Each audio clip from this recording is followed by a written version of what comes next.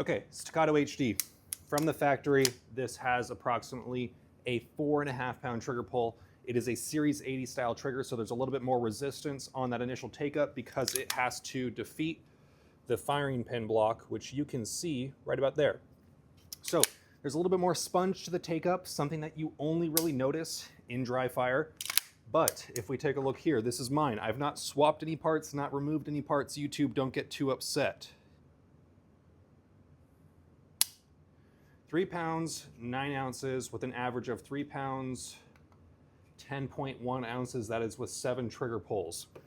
So how did I get that down without removing any parts? Well, like on any 1911 or 2011 style pistol, there is a leaf spring back in here, and I'm not going to be going over the specifics on how to actually tune that. I mostly just want to give you a warning, some things that I noticed while taking mine apart and going through the hours that it took, because all of the guides that I saw online, they were helpful and they were in theory the right thing to do. But I found that while doing mine, there was a little bit of a trick to it. Few things to note. One, when you remove the slide takedown, I'm not actually gonna be doing anything on here. Actually, you know what? We're not monetizing this channel, so we can do whatever we want. Okay, so when we take this gun apart, what I do is I would lock it open to the rear, grab it with my left hand. I don't know if this is mirroring. I pull it all the way to the rear, right? It's all the way to the rear. I apply a little bit of pressure on this little tab here, and I slowly slide the slide forward till I get it to where it pushes it out. Now, I didn't push it far enough out, so we're probably marring up the slide real good, folks. So now we pop that out, set the slide off to the side. Let's go ahead and bend this down just so we can show you here. Now, initially, the safety, getting this safety off was a pain in the ass. Now, when I have it off, I can just work the left side out really easy, no problem whatsoever. Which, because I did so many trial and errors on this, that's why that's possible. I'm not gonna take this thing fully apart, but I'm just gonna pop out this. This mainspring housing has been a pain in the ass to get in and out. I don't know what it is about it, but it's not like that on my other 2011s or 1911 pistols. But this leaf spring, this is the thing that you do the tuning on when you adjust and bend properly to apply different pressures onto the sear and whatnot. I found that when I was, what you do is you look at this and you make sure, oh, okay, is that little guy pressing hard enough? Is that one making contact? Is that one making contact? You know, and you just kind of look at it and you want it to kind of rest there.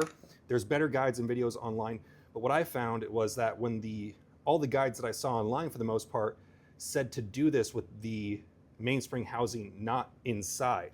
I found that in order to get a better representation of what was actually being applied, I needed to do that tuning and checking with the mainspring housing slightly installed. Because when I was doing it without it, they were sitting way too far off, and I actually ended up making the trigger heavier for a while and then couldn't quite get it right, did some trial and error. Anyways, now I'm happy with it. And this is just a pain in the ass. Sometimes this mainspring housing does not want to go into place. Shouldn't have done that, whoopsie. Let's hope I didn't crack nothing there. Anyways, putting it back together. So the pro tip was halfway install the mainspring housing when you check to see sear and disconnector leaf engagement, because otherwise you will probably end up making the trigger heavier for a while. Because that's what I did. Anyways, like I said, I got this thing at about 3 pounds, 9 ounces or so. And I think that this is much improved. I don't want to go any lower. In theory, if I wanted to get the trigger pull even lower, I would have to swap out the spring for the firing pin stop, which is right here. So if I swapped the spring out, I'd have to take the optic and plate off first. If I swapped the spring for a lighter spring there, that would definitely be doable, but I personally wouldn't do that just because I don't think that I need it. 3.5 pounds, it's a pretty clean pull. I don't think that this gun needs any lighter of a trigger pull. in order to be a good, suitable, defensive gun. And that's what this gun is going to be for me. This gun is going to be a carry gun. Once my permit renews in August, I plan on putting this gun on my permit and carrying it pretty much all the time. I mostly carry a Glock 19 right now. Like 90% of the time I'm carrying a Glock 19. Sorry, it's hard to do things and talk and try to make sure that things are visible. But I mostly carry a Glock 19, but I think that this would be just a better option because I'm shooting so much of my Atlas Gunworks Titan that while this gun is so very different, it's a lot closer. This is a lot closer to the Titan than a Glock is. So that's ultimately why I'm switching over to this. But I think now we'll show you the trigger pull a few times. So a little bit of take up.